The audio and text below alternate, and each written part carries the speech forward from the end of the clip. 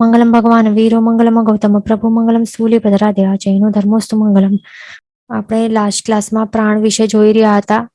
દ્રવ્ય પ્રાણ અને ભાવ પ્રાણ. 10 દ્રવ્ય પ્રાણ હોય છે. આયુષ્ય, પછી 3 બળ, કાયબલ, વચનબલ અને મનબલ, પછી 5 ઇન્દ્રિય અને શ્વાસોશ્વાસ. તો આ ટોટલ મળીને 10 દ્રવ્ય પ્રાણ હોય છે. અને ભાવ પ્રાણમાં શું આવે છે? ભાવ પ્રાણ એ આત્મિક ગુણો છે. એમાં શું આવશે?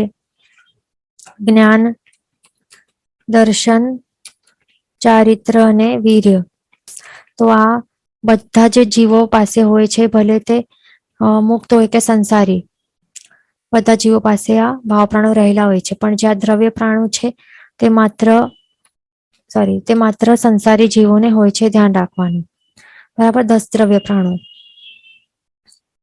આ જે ભાવ પ્રાણો છે ને, તો તે આ માત્ર આ જીવોને જ હોય છે. જે પણ જીવ હોય ને, ભલે તે મુક્ત હોય કે સંસારી, બધા જીવોને હોય છે. કારણ કે બધાને શા માટે હોય છે આ ભાવ પ્રાણ? કારણ કે આ જીવોનું લક્ષણ છે. એ ધ્યાન રાખવાનું. જીવોનું જ આ લક્ષણ છે. એટલા માટે જીવ સિવાય બીજા કોઈને પણ આ ભાવ પ્રાણ નહીં હોય. જીવ સિવાય બીજા જે દ્રવ્યો છે ને, અજીવ દ્રવ્યો છે, ભૂતગલાસ્તિકાય, ધર્માસ્તિકાય, અધર્માસ્તિકા, આકાશાસ્તિકા, કાળ, કોઈ પણ હોય, આ બાકીના 5 દ્રવ્યો, એમનામાં કોઈના પાસે આ ભાવ પ્રાણ નહીં હોય. કારણ કે આ માત્ર જીવનું લક્ષણ છે. જીવોનું લક્ષણ છે. ધ્યાન રાખવાનું. બરાબર. એને કહેવાય છે જીવોનું લક્ષણ. આ ભાવ પ્રાણ છે એ જે સિદ્ધ ભગવંતો છે ને, એમને પરિપૂર્ણ કમ્પ્લીટલી પ્રગટ થયેલા હોય છે. પણ સંસારી જીવોને ઓછા વધારે પ્રમાણમાં પ્રગટેલા હોય છે. એ ધ્યાન રાખવાનું. પણ સંસારી જીવોમાં ઓછામાં ઓછો કેટલું હોય? જ્ઞાનનો અનંતમો ભાગ પણ અવશ્ય ખુલ્લો રહેલો જ હોય છે. ધ્યાન રાખવાનું. અનંતમો ભાગ પણ ખુલ્લો રહેલો હોય છે. કમ્પ્લીટલી આવરણ કરી શકતો નથી. કોઈ પણ કર્મમાં આટલી તાકાત છે નહીં. એ ધ્યાન રાખવાનું. સૂક્ષ્મ નિગોદના જીવોમાં પણ જ્ઞાનનો અનંતમો ભાગ ઉઘડેલું પ્રગટેલું રહેલું હોય છે. ધ્યાન રાખવાનું. બીજું, જે સિદ્ધ ભગવંતો છે એમના પાસે આ દ્રવ્ય પ્રાણ નહીં હોય. કેમ? કારણ કે સિદ્ધ ભગવંતો કેવા છે? અશરીરી છે અને અજન્મા છે. વળી તેમની પણ અક્ષય સ્થિતિ છે. એટલે કે સ્થિતિ છે એ ક્ષય થઈ શકવાની નથી. સિદ્ધ ભગવંતો જેવા સ્વરૂપે બિરાજમાન છે તેવી જ રીતે રહેવાના છે. તેમનું જન્મ મરણ કઈ થવાનું જ નથી. જન્મ મરણ રૂપી જે આયુષ્ય છે તે કઈ નથી. નમન બલ, વચન બલ કાંઈ પણ છે નહીં એમના પાસે. કારણ કે અશરીરી છે. ઇન્દ્રિયો પણ નહીં હોય. શ્વાસોશ્વાસ પણ નહીં લેવાની જરૂર હોય. એવું હોય. ધ્યાન રાખવાનું. પણ દ્રવ્ય પ્રાણ એટલે કે શું છે? એ સંસારી જીવો માટે એક જીવન જીવવા માટેનું સાધન છે. આ શું છે? દ્રવ્ય પ્રાણ સંસારી જીવો માટે જીવવાનું એક સાધન છે. જો દ્રવ્ય પ્રાણોનો નાશ થઈ જાય તો એને કહેવાય છે કે હવે જીવનું મૃત્યુ થઈ ગયું, મરણ થઈ ગયું. એ રીતે વ્યવહારમાં કહેવાય છે. એટલે કે એમનું જીવના પ્રાણો જ નીકળી ગયા એમ કહેતા હોય ને, એ ધ્યાન રાખવાનું. પણ જ્યારે એમ કહેતા હોય ને કે પ્રાણો નીકળી ગયા, તો એમાં કયા પ્રાણો નીકળે છે? આ બંનેમાંથી કયો પ્રાણ નીકળે છે? માત્ર દ્રવ્ય પ્રાણનો નાશ થાય છે, એ નીકળી જાય છે. પણ ભાવ પ્રાણ તો એની સાથે જ રહેલું હોય છે. હંમેશા આત્માની સાથે જ રહેલો હોય છે. એટલા માટે સાચે નિશ્ચય નહીંથી આપણે કહીએ ને તો કોઈ પણ જીવનું મૃત્યુ થયું એમ નહીં કહી શકાય. કારણ કે ભાવ પ્રાણ તો રહેલા જ છે. આ પ્રાણ તો રહેલા જ છે ને. એટલે સાચે કેવી રીતે કહી શકાય કે કોઈ પણ જીવનું સાચે મૃત્યુ થઈ ગયું? નહીં કહી શકાય ને. મૃત્યુ ક્યારે કહેવાય? કે જ્યારે પ્રાણોનો નાશ થઈ જાય. પણ આ માત્ર દ્રવ્ય પ્રાણનો નાશ થાય છે. ભાવ પ્રાણ તો સાથે જ રહેલું છે. એટલા જ માટે કહેવાય છે આત્મા શું છે? આત્મા છે અમર. એનું મૃત્યુ નહીં થઈ શકે ક્યારે પણ. માત્ર જીવનું પર્યાય બદલાયું એમ કહી શકાય છે. જ્યારે એનું મૃત્યુ કહેવાય ને કે દ્રવ્ય પ્રાણોનો નાશ થઈ ગયો, ત્યારે શું કહેવાય? કે હવે જીવે પર્યાય ચેન્જ કર્યું છે, બદલાયું છે. જે દ્રવ્ય જીવ છે ને, મૃત્યુ કોણ પામે છે? માત્ર જે દ્રવ્ય જીવ છે એ માત્ર મૃત્યુ પામે છે. પણ જે ભાવ જીવ છે એ તો કેવો છે? એનું મૃત્યુ થઈ શકતો નથી ક્યારે પણ. ધ્યાન રાખવાનું. હવે આ 10 પ્રાણો વિશે આપણે સમજી લઈએ. સૌથી પહેલું છે આયુષ્ય પ્રાણ. તો આયુષ્ય પ્રાણ છે એ તો એમાં શું છે કે આયુષ્ય કર્મ છે ને એનું કારણ છે. આયુષ્ય કર્મના કારણે આ આયુષ્ય પ્રાણ પ્રાપ્ત થાય છે જીવને. અને આયુષ્ય કર્મનું બંધના કારણે બંધ થાય તો ત્યારે પછી જીવને આયુષ્ય પ્રાણ પ્રાપ્ત થાય છે. બરાબર, એટલે બંધ થાય ને પછી ઉદયમાં આવે તો ત્યારે એને આયુષ્ય પ્રાણ પ્રાપ્ત થાય છે. અને પણ એના કારણે પછી આત્મા છે ને એ શરીરના બંધનમાં અમુક કાળ સુધી એ બંધાઈને રહેવું પડે છે આત્માને. પછી જે કાયબળ એ શું છે તો આયુષ્ય કર્મનો ઉદય થશે પછી જેવું આયુષ્ય જે પણ આયુષ્ય બાંધેલું હશે 4 માંથી એ આયુષ્યના પ્રમાણે એ ભાવમાં રહેવું પડશે. તો તે ભાવના પ્રમાણે પછી એને શું લેવું પડશે? જીવને આહાર યોગ્ય પૂતગલોને ગ્રહણ કરવું પડશે ને. આહાર યોગ્ય પૂતગલ ગ્રહણ કરશે અને પછી એમાંથી શું બનાવશે? ઔદારિક અથવા તો વૈક્રિય શરીરની રચના કરશે પોતાના માટે. અને તેનાથી એને કહેવાય છે કે કાયબળ મળશે. પછી છે ઇન્દ્રિય પ્રાણ. 5 ઇન્દ્રિય પ્રાણ. એમાં શું છે? હવે જીવ શું કરશે? આહાર ગ્રહણ કરશે એટલે ભાવ સ્ટાર્ટ કરે છે. આયુષ્ય કર્મનું ઉદય સ્ટાર્ટ થાય છે, ભાવ ચાલુ થાય છે તો પછી જીવ આહાર ગ્રહણ કરશે. પછી એ પૂતગલોમાંથી એ શરીર તો બનાવશે. પછી શરીર બનાવ્યા બાદ પછી ઇન્દ્રિયોનું પણ નિર્માણ કરશે આહારમાંથી. અને પછી તે ઇન્દ્રિયો વડે હવે શું કરશે આત્મા? આ ઇન્દ્રિયો દ્વારા એનું શું ઉપયોગ કરે છે જીવ? હવે ઇન્દ્રિય રૂપી સાધન વડે આત્મા જાણવાનું કે જ્ઞાનનો ઉપયોગ કરશે. એમ તો આત્મા પોતે શું છે? અનંત જ્ઞાનનું ભંડાર છે. છતાં પણ કર્મોના આવરણના કારણે એને ઇન્દ્રરૂપી સાધનની જરૂર પડશે. કાંઈ પણ જાણવાનું છે ને, જાણવું હશે, હવે વાંચવાનું છે તો આંખની જરૂર પડશે ને. આંખ નહીં હોય, આંધળો હોય કોઈ વ્યક્તિ તો કેવી રીતે જાણી શકશે? અને મન હશે તો પછી જ્ઞાન હશે તો એમાં ઉહાપોહ કરીને પછી કંઈક સમજી વિચારીને ડિસિઝન લઈ શકશે. તો આવી રીતે જ્ઞાનનો ઉપયોગ કરી શકશે. તો એવી રીતે આ ઇન્દ્રિયો છે જ્ઞાનનું સાધન બને છે.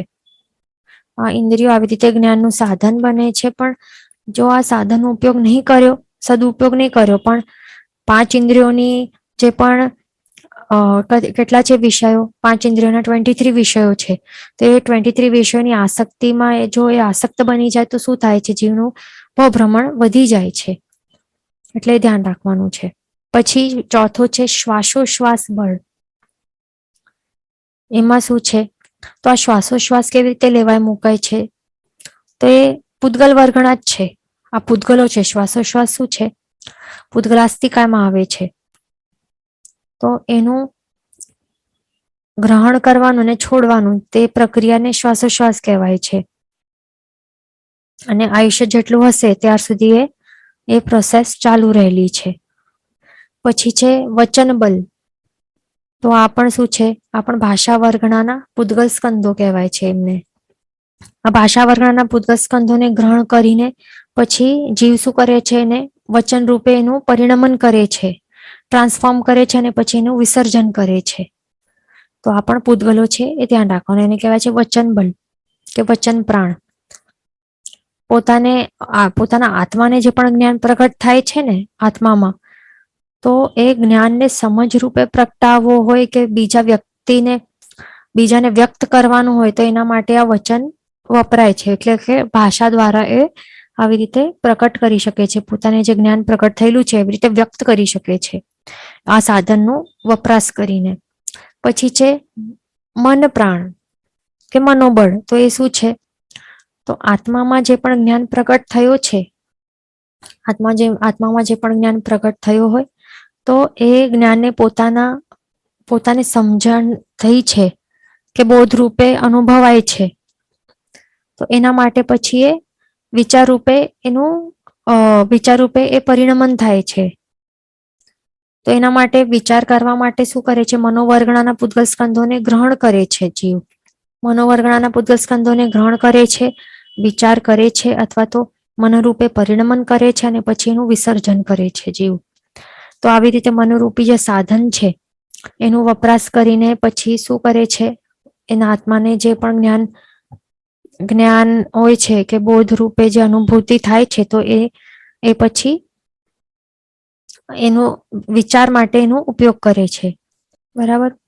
જ્ઞાન જે પણ પ્રગટ થાય છે આત્મામાં, તો એ જ્ઞાન પોતાના બોધ રૂપે અનુભવ થાય, પોતાને સમજણ થાય, એના માટે એ વિચાર કરવા માટે જે સાધન જોઈએ છે, તો તે આ મન છે.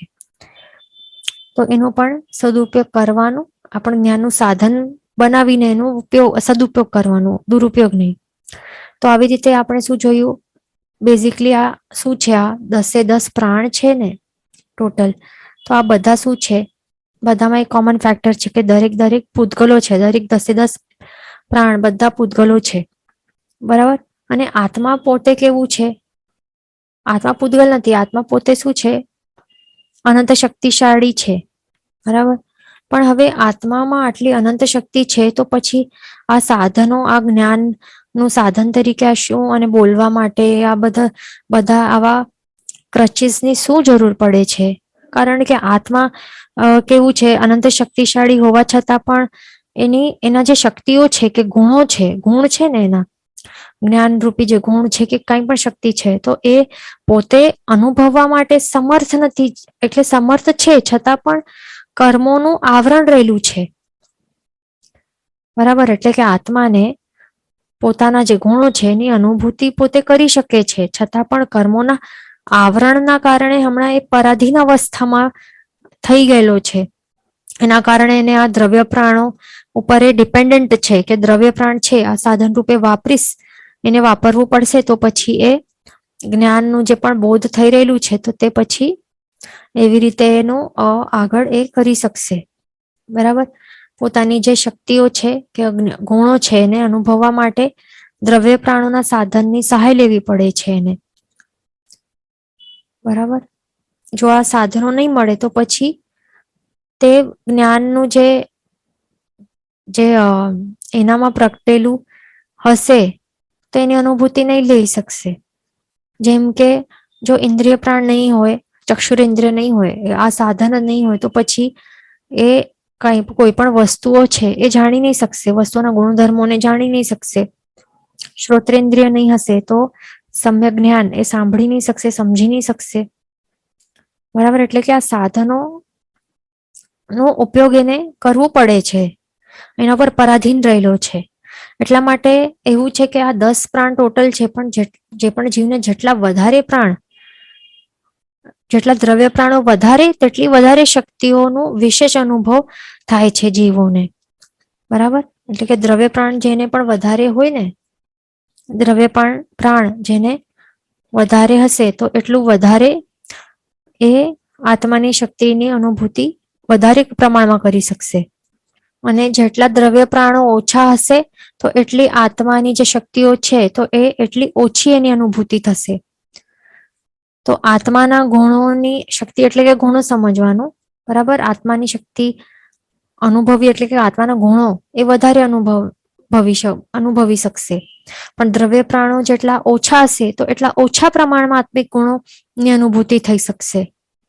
અને આત્મિક ગુણોની અનુભૂતિ નહીં થાય, ઓછા પ્રમાણમાં થાય, તો એનું મિનિંગ શું કે કર્મ વેદના ઘણી થશે, જીવને વધારે થશે.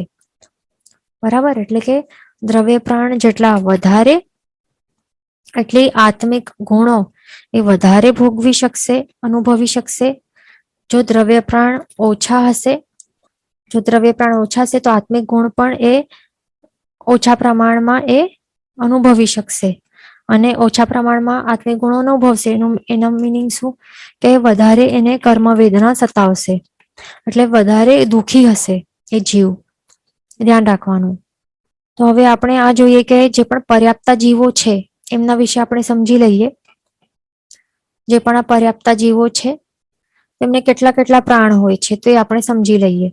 તો એકેન્દ્રિય જીવને કેટલા હોય છે? 4 પ્રાણ હોય છે. કયા 4 પ્રાણ હોય છે? સ્પર્શનેન્દ્રિય હોય. 5 ઇન્દ્રિયોમાંથી કઈ હોય? સ્પર્શનેન્દ્રિય હોય એક. આપણે આ જોઈ રહ્યા છે કે અહીંયા એકેન્દ્રિય જીવો છે એમને કેટલા પ્રાણો છે? એમને 4 પ્રાણ છે. કયા 4 પ્રાણ છે?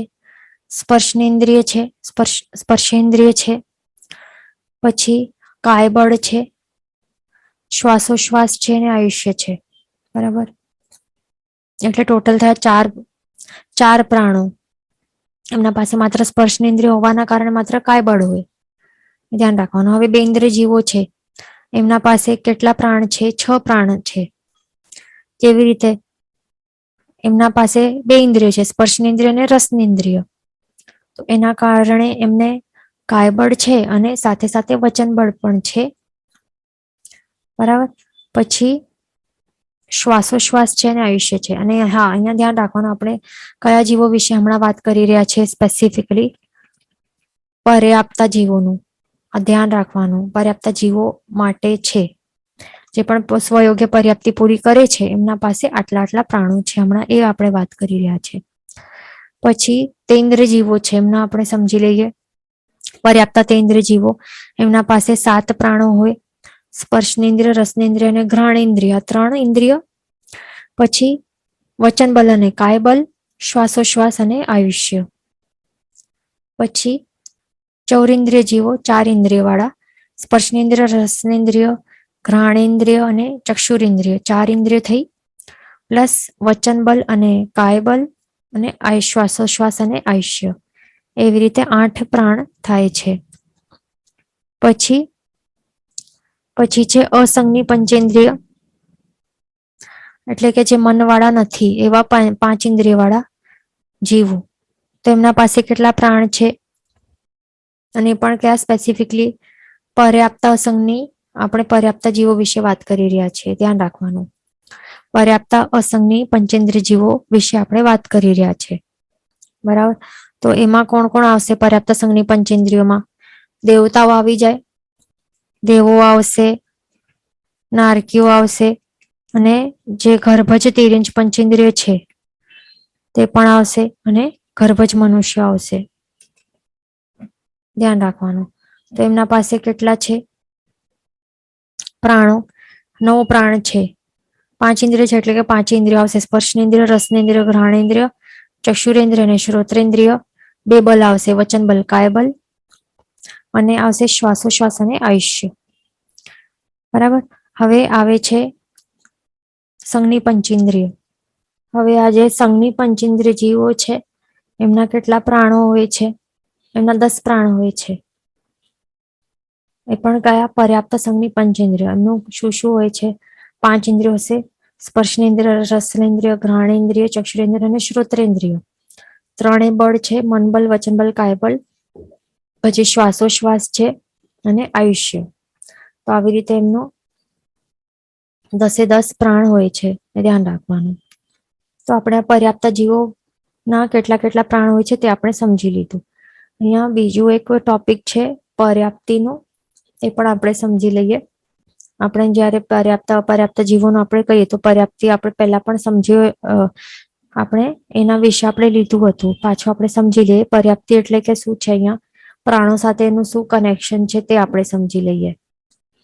તો જે પ્રાણ છે ને, આ બધા પ્રાણો છે ને, 10 પ્રાણ, તો એ પ્રાણો છે ને, 10 પ્રાણ છે ને, તો એમનું નિર્માણ કોના કારણે થાય છે? તો આ પ્રાણોનું નિર્માણ કોના કારણે થાય છે? પર્યાપ્તિના કારણે થાય છે. કારણ શું છે? પર્યાપ્તિ. તો પર્યાપ્તિના કારણે પ્રાણોનું નિર્માણ થાય છે. એટલે પર્યાપ્તિઓ કારણ છે, અપર્યાપ્તિઓ છે એ કારણ છે, અને પ્રાણ છે તે કાર્ય છે. એટલે કે પર્યાપ્તિઓના કારણે પ્રાણ ચાલે છે, એ ધ્યાન રાખવાનું. જે આહાર પર્યાપ્તિ છે, તો એના વડે આયુષ્ય પ્રાણ ચાલે છે. શરીર પર્યાપ્તિ છે, એના વડે કાયબલ છે, કાયબલ નામનું જે પ્રાણ છે તે ચાલી શકે છે. પછી ઇન્દ્રિય પર્યાપ્તિ છે, એના વડે 5 ઇન્દ્રિય રૂપી પ્રાણ છે તેઓ ચાલી શકે છે. શ્વાસોશ્વાસ પર્યાપ્તિ છે, એના વડે શ્વાસોશ્વાસ પ્રાણ ચાલી શકે છે. ભાષા પર્યાપ્તિ છે, તેના વડે વચનબળ પ્રાણ છે તે ચાલી શકે છે. મન પર્યાપ્તિ છે, તેના વડે મનબળ પ્રાણ ચાલી શકે છે. ધ્યાન રાખવાનું. જે આપણે આટલું સમજી લીધું, હવે એક પોઈન્ટ આપણને ધ્યાન રાખવાનું કે જે અપર્યાપ્તા જીવો હોય એમના વિશે આપણે સમજી લઈએ. અપર્યાપ્તા જીવો હોય છે તો તેઓ માત્ર 3 જ પર્યાપ્તિઓ પરિપૂર્ણ કરી શકે છે. આહાર પર્યાપ્તિ, ઇન્દ્રિય પર્યાપ્તિ, આહાર પર્યાપ્તિ, શરીર પર્યાપ્તિ અને ઇન્દ્રિય પર્યાપ્તિ. માત્ર 3 આ પર્યાપ્તિઓ પૂર્ણ કરતા હોવાથી તેમને કયા કયા પ્રાણો નહીં હોય? શ્વાસોશ્વાસ પ્રાણ નહીં હોય, વચન બળ નહીં હોય અને મનોબળ નહીં હોય. આ 3 પ્રાણ નહીં હોય એ ધ્યાન રાખવાનું. હા, નોટ ડાઉન કરી લેવાનું બુક્સમાં આપને. બરાબર, એમના પાસે 3 જ પર્યાપ્તિ છે, બાકીની 3 પર્યાપ્તિઓ નથી તેમની પાસે. તેઓ પરિપૂર્ણ નથી કરી શકતા. અપર્યાપ્ત જીવો કઈ નથી કરી શકતા? આ શરીર ઇન્દ્રિય આ કરી શકે છે આટલા 3 સુધી. પછી છે શ્વાસોશ્વાસ પર્યાપ્તિ, તેઓ પૂરી નથી કરી શકતા, એના કારણે શ્વાસોશ્વાસ પ્રાણ નથી તેમના પાસે. પછી ભાષા પર્યાપ્તિ પરિપૂર્ણ નથી કરી શકતા, એના કારણે વચન બળ નથી. પછી મન પર્યાપ્તિ પણ પૂરી નથી કરી શકતા, એના કારણે મનોબળ નથી. આ 3 પ્રાણ નહીં હોય એના કારણે અપર્યાપ્ત જીવો પાસે. તો હવે આપણે જે પણ અપર્યાપ્ત જીવો છે એમને કેટલા કેટલા પ્રાણો હોય તે આપણે સમજી લઈએ. અપર્યાપ્ત જીવો એટલે શું? જે પોતાની સ્વયોગ્ય પર્યાપ્તિ પર જે હોય છે જેટલી હોય તે પરિપૂર્ણ નહીં કરી શકે. સ્વયોગ્ય પર્યાપ્તિ કેટલી છે? એકેન્દ્ર જીવોની સ્વયોગ્ય પર્યાપ્તિ છે 4, 2 ઇન્દ્રિયની સ્વયોગ્ય પર્યાપ્તિ 5, તેન્દ્રિયની 5, ચૌરિન્દ્રિયની 5, એટલે કે વિકલેન્દ્રિયની 5, પંચેન્દ્રિયની 6 સ્વયોગ્ય પર્યાપ્તિઓ છે. એટલે કે જે પર્યાપ્તા જીવો હોય તેઓ આ સ્વયોગ્ય પર્યાપ્તિઓ પરિપૂર્ણ કર્યા બાદ જ મૃત્યુ પામે. પણ અપર્યાપ્તા જીવો આટલી સ્વયોગ્ય પર્યાપ્તિઓ તેઓ પરિપૂર્ણ કર્યા વિના પહેલા જ મૃત્યુ પામી જાય છે. એ ધ્યાન રાખવાનું. બરાબર, હવે આપણે જોઈએ કે અપર્યાપ્ત જીવોને કેટલી કેટલી પર્યાપ્તિઓ હોય છે. તો જે એકેન્દ્રિય જીવો છે, પર્યાપ્તિની પ્રાણો કેટલા હોય છે? અપર્યાપ્ત જીવોને કેટલા પ્રાણ હોય છે તે આપણે અહીંયા જોઈ રહ્યા છે. જે અપર્યાપ્ત એકેન્દ્રિય જીવો છે તેમના પાસે માત્ર 3 પ્રાણ હોય છે. બરાબર, અહીંયા આપણે શું જોયું? જે એકેન્દ્રિય જીવો, પર્યાપ્ત એકેન્દ્રિય જીવો પાસે 4 પ્રાણ હોય ને, પણ અપર્યાપ્ત એકેન્દ્રિય જીવો પાસે કેટલા હોય? માત્ર 3 પ્રાણ હોય છે. કયા કયા 3 પ્રાણ હોય અપર્યાપ્ત એકેન્દ્રિય જીવો પાસે? આયુષ્ય પ્રાણ હોય, કાયબળ હોય અને સ્પર્શેન્દ્રિય હોય. પણ શ્વાસોશ્વાસ પર્યાપ્તિ પૂરી નહીં કરી શકે એના કારણે શ્વાસોશ્વાસ પ્રાણ નહીં હોય. માત્ર 3 હોય છે પ્રાણો. પછી અપર્યાપ્ત 2 ઇન્દ્રિય જીવો પાસે કેટલા પ્રાણો હોય છે? તેમને માત્ર 4 પ્રાણ હોય છે. કયા કયા? આયુષ્ય હોય, પછી કાયબળ હોય, સ્પર્શેન્દ્રિય હોય અને રસનેન્દ્રિય હોય. પણ તેઓ ભાષા પર્યાપ્તિ પરિપૂર્ણ નથી કરી શકતા, એના કારણે વચન બળ ન હોય અને શ્વાસોશ્વાસ પર્યાપ્તિ પૂરી નહીં કરી શકે, એટલે શ્વાસોશ્વાસ પ્રાણ પણ નહીં હોય. પછી અપર્યાપ્ત તેન્દ્રિય જીવો પાસે કેટલા પ્રાણો હોય છે? તેમના પાસે હોય છે 5 પ્રાણ. કયા કયા? આયુષ્ય પ્રાણ હોય, પછી કાયબળ પ્રાણ હોય, સ્પર્શેન્દ્રિય હોય, રસનેન્દ્રિય અને ઘ્રાણેન્દ્રિય હોય. પણ વચન બળ અને શ્વાસોશ્વાસ નહીં હોય, એ ધ્યાન રાખવાનું. બરાબર, તો આવી રીતે 5 પ્રાણ હોય છે તેન્દ્રિય પાસે, અપર્યાપ્ત તેન્દ્રિય પાસે. પછી છે અપર્યાપ્ત ચૌરિન્દ્રિય જીવો. એમના પાસે કેટલા પ્રાણ હોય? 6 પ્રાણ હોય છે. કયા કયા? આયુષ્ય પ્રાણ હોય, કાયબળ હોય, સ્પર્શનેન્દ્રિય હોય, રસનેન્દ્રિય હોય, ઘ્રાણેન્દ્રિય હોય, ચક્ષુરેન્દ્રિય હોય. પણ વચન બળ નહીં હોય અને શ્વાસોશ્વાસ પણ પ્રાણ નહીં હોય. આ 2 પ્રાણ નહીં હોય, ધ્યાન રાખવાનું. કારણ કે ભાષા પર્યાપ્તિ અને શ્વાસોશ્વાસ પર્યાપ્તિ નથી પરિપૂર્ણ કરી શકતા. પછી જે પણ અપર્યાપ્ત પંચેન્દ્રિય છે એમના વિશે આપણે સમજી લઈએ. જે પણ અપર્યાપ્ત પંચેન્દ્રિય હોય છે એમને કેટલા પ્રાણ હોય છે?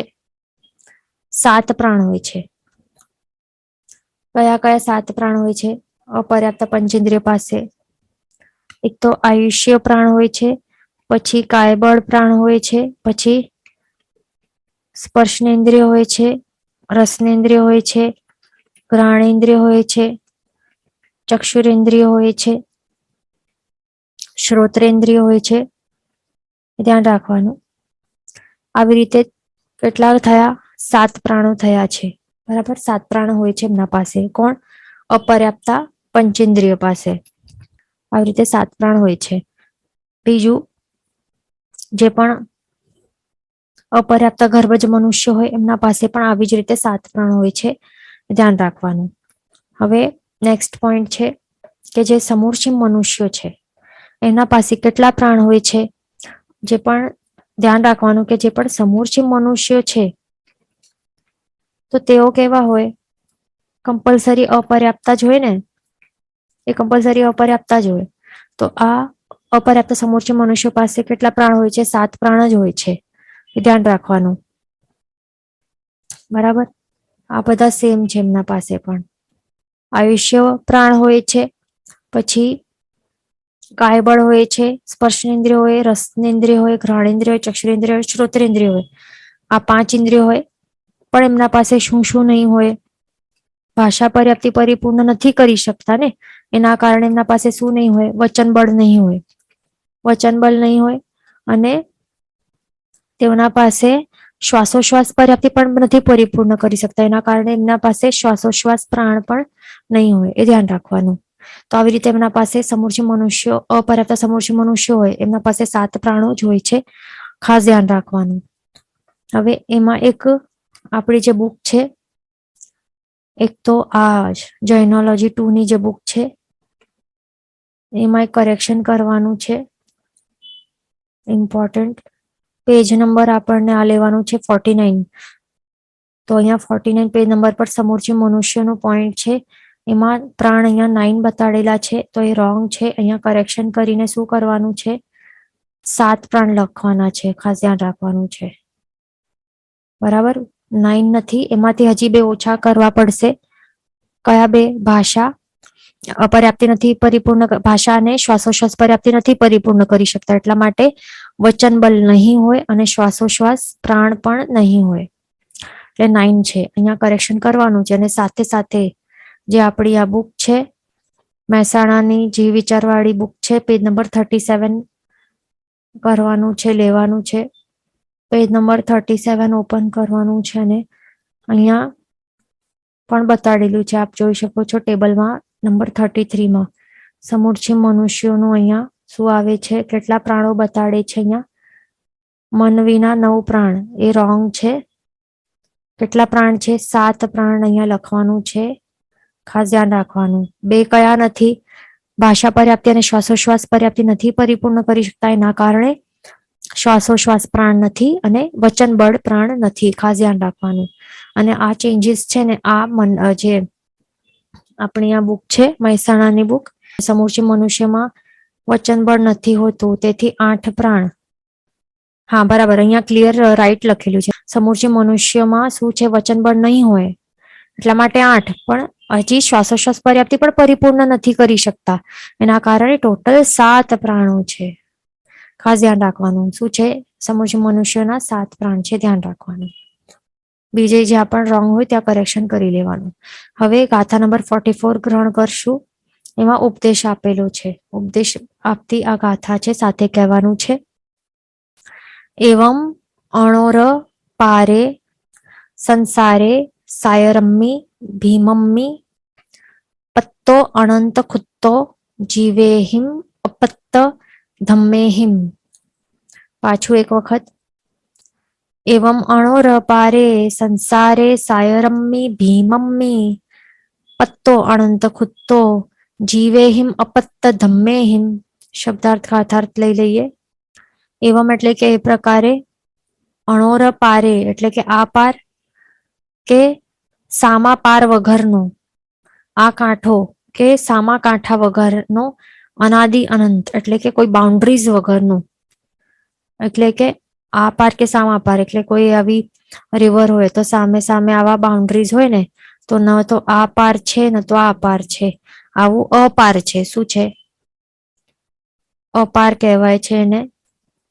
તો એવું કેવું? અનાદિ અનંત એટલે કે ન સ્ટાર્ટ છે અને અનંત એટલે અંત વગરનું અને સ્ટાર્ટ વગરનું એવું અપાર. શું છે? સંસારે. સંસારે એટલે કે સંસાર રૂપી. સાયરમ્મી એટલે કે સાગરમાં. ભીમમ્મી એટલે કે ભયંકર. અપત્ત ધમ્મે હિમ એટલે કે ધર્મ નહીં પામેલા, એટલે કે અપત્ય એટલે કે નહીં પ્રાપ્ત થયેલું એવું ધર્મ. જીવે હિમ એટલે કે જીવો એ. પ્રાણોનો વિયોગ એટલે કે મરણ. પત્તા એટલે કે પામ્યા છે. અનંત ખુત્તો એટલે કે અનંત વાર. ખુત્તો એટલે કે વાર છે. ગાથાર્થ સમજી લઈએ. આર પાર વગરના સંસાર રૂપી ભયંકર સમુદ્રમાં ધર્મ નહીં પામેલા જીવો એ પ્રકારે પ્રાણોનો વિયોગ મરણ અનંતવાર પામ્યા છે. બરાબર, એટલે કે એમાં શાસ્ત્રકાર ભગવાન શું કહે છે કે આ સંસાર કેવું છે? અપાર છે. અને કેવું છે? અપાર એટલે કે પાર, આર પાર વિનાનું એટલે કે શું કહેવાય છે કે એનું કોઈ સ્ટાર્ટ નથી, એન્ડ નથી. એવા ભયંકર સમુદ્ર જેવું છે કે આપણે સમુદ્રમાં વચમાં ફસાઈ જઈએ તો એકદમ વચમાં ક્યાંક ફસાઈ જઈએ તો શું થાય? એનો કિનારો જ નહીં દેખાય ને, દૂર દૂર સુધી કિનારા દેખાય નહીં દેખાય ને. એવો આ સંસાર છે. એટલે કે શું કે આ 14 લોકમાં આપણે અવ્યવહાર રાશિની સૂક્ષ્મ નિગોદમાં તો કેટલા સ્ટાર્ટિંગ થી જ રહેલા હતા ને, તો ત્યાં કેટલા વખત સુધી આપણે ભટક્યા હતા? અનંતકાળ સુધી. એટલે કે સ્ટાર્ટિંગ થી જ આપણે આપણું જન્મ મરણ ત્યાં અનંતી વખત થઈ ગયું છે. પછી એમાંથી નીકળીને વ્યવહાર રાશિમાં આવ્યા, પણ અહીંયા પણ વ્યવહાર રાશિમાં આવીને પછી એ જ થાય છે ને, આપણું જન્મ મરણનું એના ચક્કર આપણે એ ચાલુ જ છે આપણા.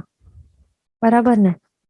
તો આવું જ ભયંકર, એટલે કે આવી રીતે બતાવીને સંસારની આ ભયંકરતા બતાડે છે કે જન્મ મરણના દુઃખો પણ કેટલા પીડાદાયક હોય છે.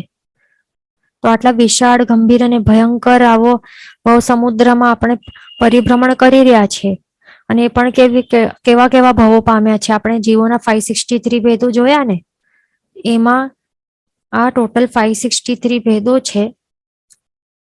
જેમ કે અહીંયા આપણને દેખાય છે આ જીવોના 563 ભેદો. તો આ બધા ભેદોમાંથી એવા કેટલા આવા ભાવો છે, કેટલા એવા ભેદ છે કે જેમાં આપણે જીનવર કથિત ધર્મ આપણે પામ્યા છીએ.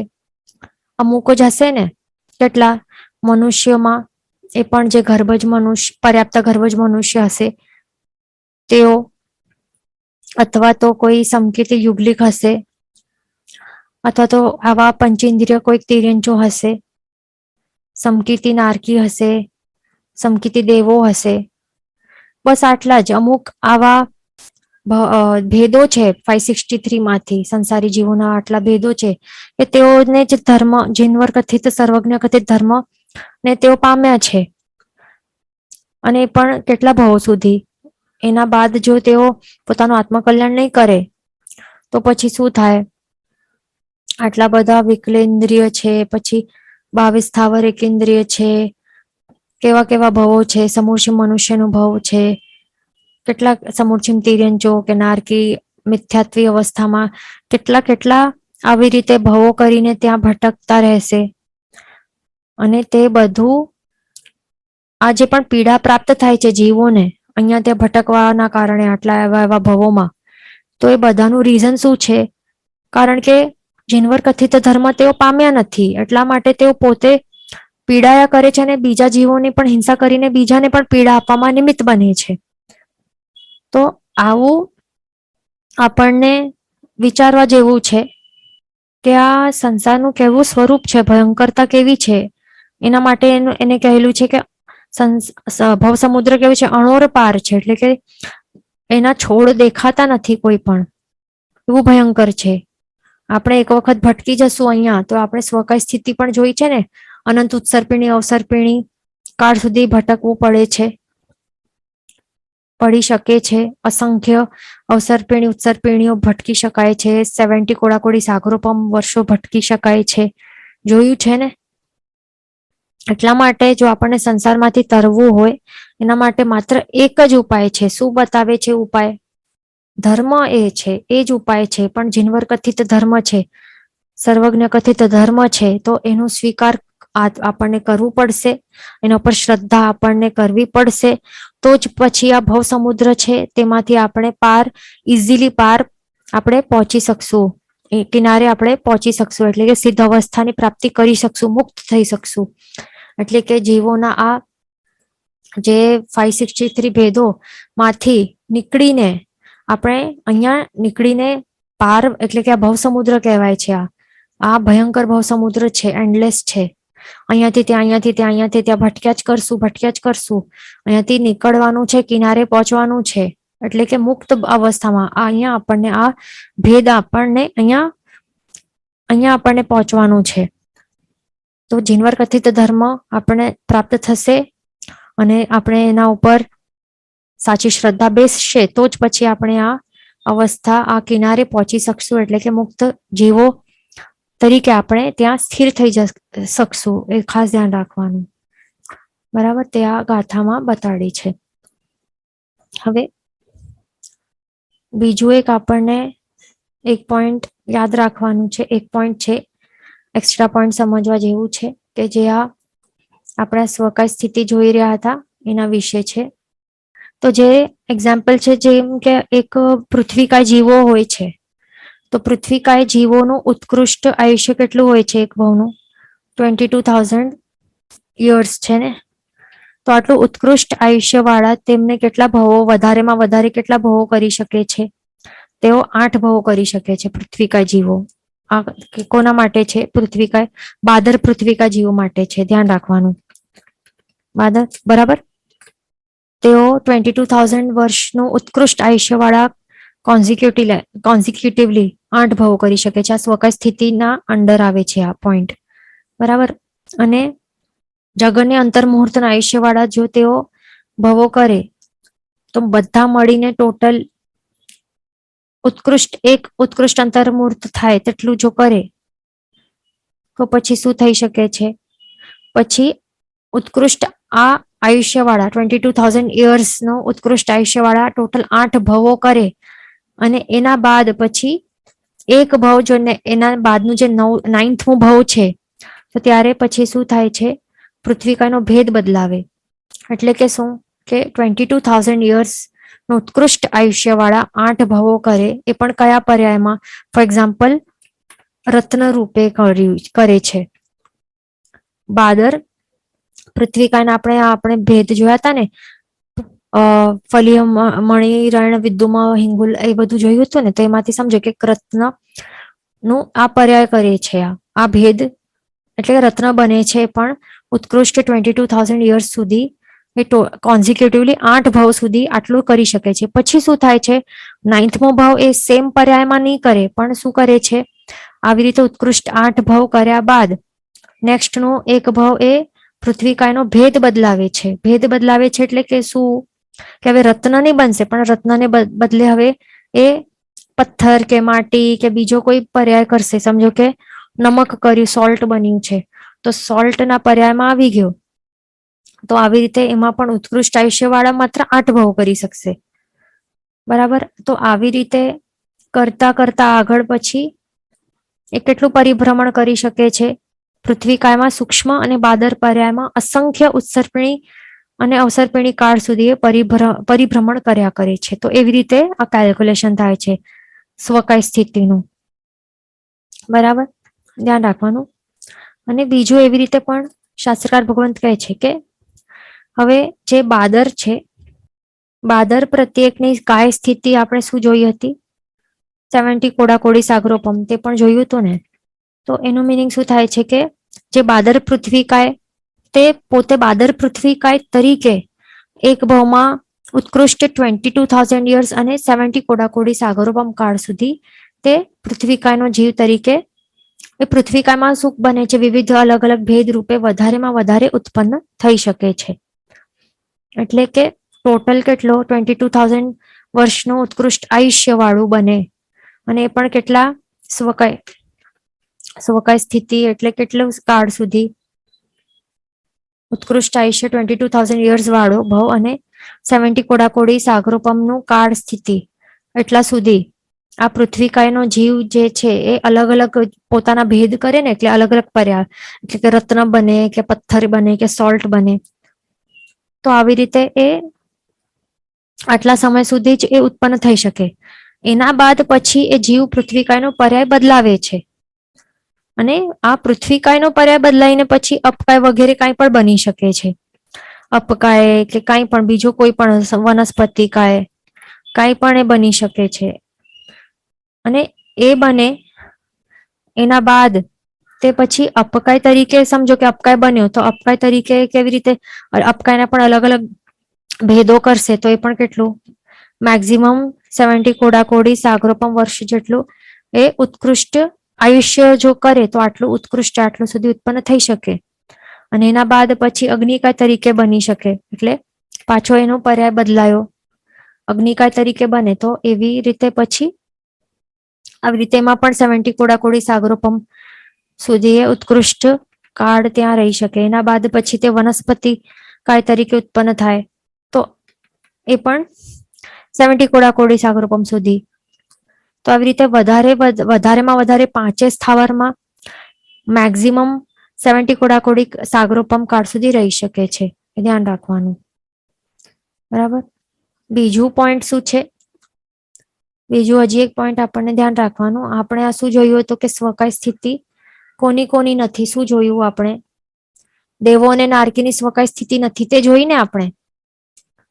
સાથે સાથે જે યુગલિકો છે તો એમની હોય સ્વકાય સ્થિતિ. શું હોય? યુગલિક તિર્યંચ હોય કે યુગલિક મનુષ્ય હોય તો એમની પણ સ્વકાય સ્થિતિ નથી. ખાસ ધ્યાન રાખવાનું. બરાબર. યુગલિક તિર્યંચ મૃત્યુ પામીને પાછો યુગલિક તિર્યંચ ક્યારે નહીં બને? યુગલિક મનુષ્ય મરીને પાછો યુગલિક મનુષ્ય ક્યારે નથી બનતો? કારણ કે એ મૃત્યુ બાદ કમ્પલસરી શું બને છે? દેવતા બને છે. એટલા માટે. એટલે કે જો એવું આવે કે કોની કોની સ્વકાય સ્થિતિ નથી તો દેવ, નારકી અને યુગલિક તિર્યંચ અને યુગલિક મનુષ્ય એમની સ્વકાય સ્થિતિ ન હોય. ધ્યાન રાખવાનું. બરાબર. પછી બીજું પોઈન્ટ છે કે બાદર પૃથ્વીકાય વગેરે છે ને, બાદર વનસ્પતિકાય માં તેઓ શું થાય છે? ઓઘથી એટલે કે સામાન્યથી તેઓ અંગુલના અસંખ્યાતમાં ભાગ હોય છે. એટલે કે સમજો કે હવે આકાશ પ્રદેશો છે, અહીંયા આકાશ પ્રદેશો રહેલા છે તો અંગુલનો અસંખ્યાતનો ભાગ કેટલું નાનકડું હોય? તો એટલા જ ભાગમાં રહેલા જેટલા પણ આકાશ પ્રદેશો છે ને તો એટલા પ્રમાણમાં, આટલા જ નાનકડા પ્રમાણમાં જે બાદર પૃથ્વીકાય આદિ બાદર વનસ્પતિમાં તેઓ ઓઘથી આટલા માત્ર અંગુલના અસંખ્યાતમાં ભાગમાં રહેલું જેટલા આકાશ પ્રદેશો પ્રમાણ, જેટલા આટલા આકાશ પ્રદેશોનું કેટલું પ્રમાણ રહેલું હોય એટલા અવસર્પિણી કાળ ઉત્કૃષ્ટ ભમે છે. એ ધ્યાન રાખવાનું. અને નિગોદમાંથી નીકળ્યા પછી બાદરપણામાં ઓછામાં ઓછી કાય સ્થિતિ અંતર્મુહૂર્ત પણ હોઈ શકે છે. ધ્યાન રાખવાનું. એટલે કે કમ્પલસરી આખું ઉત્કૃષ્ટપણે નહીં ભોગવે પણ અંતર્મુહૂર્ત પણ હોઈ શકે છે મિનિમમ. જે સૂક્ષ્મ છે, 5 સૂક્ષ્મ જીવ, આ તો આપણે બાદર માટે જોયું. બરાબર. બાદર માટે શું જોયું? તેઓ સામાન્યથી અંગુલના અસંખ્યાતમાં ભાગમાં રહેલા જેટલા આકાશ પ્રદેશ હોય તો એટલા પ્રમાણમાં એટલા નંબર ઓફ આકાશ પ્રદેશો એટલા નંબર ઓફ અવસર્પિણી કાળ સુધી ઉત્કૃષ્ટ ભમે છે. પણ જે સૂક્ષ્મ જીવો છે, સૂક્ષ્મ 5 છે, તેઓ કેટલું ભમે છે? તો એમના માટે કહેવાય છે કે જે અસંખ્યાત લોકાકાશ છે ને, આખો આ 14 લોક છે એમાં આકાશાસ્તિકા એટલે કે લોકાકાશના આકાશ પ્રદેશો તો ટોટલ નંબર કેટલા છે? અસંખ્ય છે ને. તો આટલા જેટલા આકાશ પ્રદેશો છે એ અસંખ્ય છે તો એટલી અવસર્પિણી કાળ સુધી ભમે છે ટોટલ. ધ્યાન રાખવાનું. એટલે આપણે શું જોયું હતું કે અસંખ્ય અવસર્પિણી એ જોયું હતું ને. તો કેટલી અસંખ્ય? તો આટલી અસંખ્ય. જેટલા લોકાકાશમાં આકાશ પ્રદેશો છે ને અસંખ્યતા એટલા સેમ નંબર ઓફ ઉત્સર્પિણી અવસર્પિણી કાળ સુધી તેઓ ભમી શકે છે. ધ્યાન રાખવાનું. જે પણ હવે નિગોદમાંથી બહાર આવી જાય ને જીવ, બરાબર, એક વખત નિગોદમાં રહેલો હોય જીવ તો હવે નિગોદમાંથી તે બહાર આવ્યો, નીકળ્યો બહાર. તો નીકળ્યા બાદ જો જીવ સંકિત એને હજી પ્રાપ્તિ થઈ નથી, બરાબર, સંકિત પામ્યા વિના તે ફરીથી જો નિગોદમાં જાય ને, નિગોદમાંથી નીકળ્યો પછી સંકિત નહીં પામ્યો, સંકિત પામ્યા વિના ના પાછું નિગોદમાં જાય તો વધારેમાં વધારે કાળ નિગોદમાં કેટલું એને એ રહી શકે છે સંકિત પામ્યા વિના, તો તે છે 2.5 પૂતગલ પરાવર્ત કાળ. ઉત્કૃષ્ટ કેટલું છે? 2.5 એટલે કે 2.5 પૂતગલ પરાવર્ત કાળ સુધી જે રહી શકે છે સંકિત પામ્યા વિના. પણ જો સંકિત પામીને જાય પાછો નિગોદમાં તો પછી કેટલું? માત્ર અર્ધ પૂતગલ પરાવર્ત કાળ સુધી જ એ અંદર રહી શકે છે, 0.5 એટલે કે હાફ, અર્ધ પૂતગલ પરાવર્ત કાળ સુધી જ એ રહી શકે છે મેક્સિમમ. એના બાદ એ અવશ્ય નીકળીને મોક્ષ પામી જ જાય છે, ધ્યાન રાખવાનું. આ તો મેક્સિમમ છે ઉત્કૃષ્ટથી, એનાથી ઓછો પણ પામીને નીકળી જાય છે, ધ્યાન રાખવાનું. ઓકે, હવે નેક્સ્ટ ક્લાસમાં આપણે આગળ આપણું જે છેલ્લું 5મું જે યોનિ દ્વાર છે તે આપણે લઈ લેશું. એટલે કે અમુક જ થોડીક જ ગાથા બાકી છે, તો બધાને શું કરવાનું છે, ગાથાઓ પાકી કરી લેવાની છે. એક્ઝામ એકદમ બાજુમાં આવી ગઈ છે, બરાબર, ધ્યાન રાખવાનું. હવે 5મું યોનિ દ્વાર એટલે ગાથા નંબર 45 છે, નેક્સ્ટ ક્લાસમાં લઈ લેશું. આપણું ઓલમોસ્ટ કમ્પ્લીટ થઈ જ ગયું છે. એક્ઝામ માટે પ્રિપેરેશન ચાલુ કરી લેવાનું. જેની વચન વિરુદ્ધ બોલાયું હોય તો મિચ્છામિ દુક્કડમ સર્વમંગલ માંગલ્યમ સર્વકલ્યાણ કારણમ પ્રધાનમ સર્વધર્માણમ જૈનમ જયતિ શાસનમ. પ્રણામ.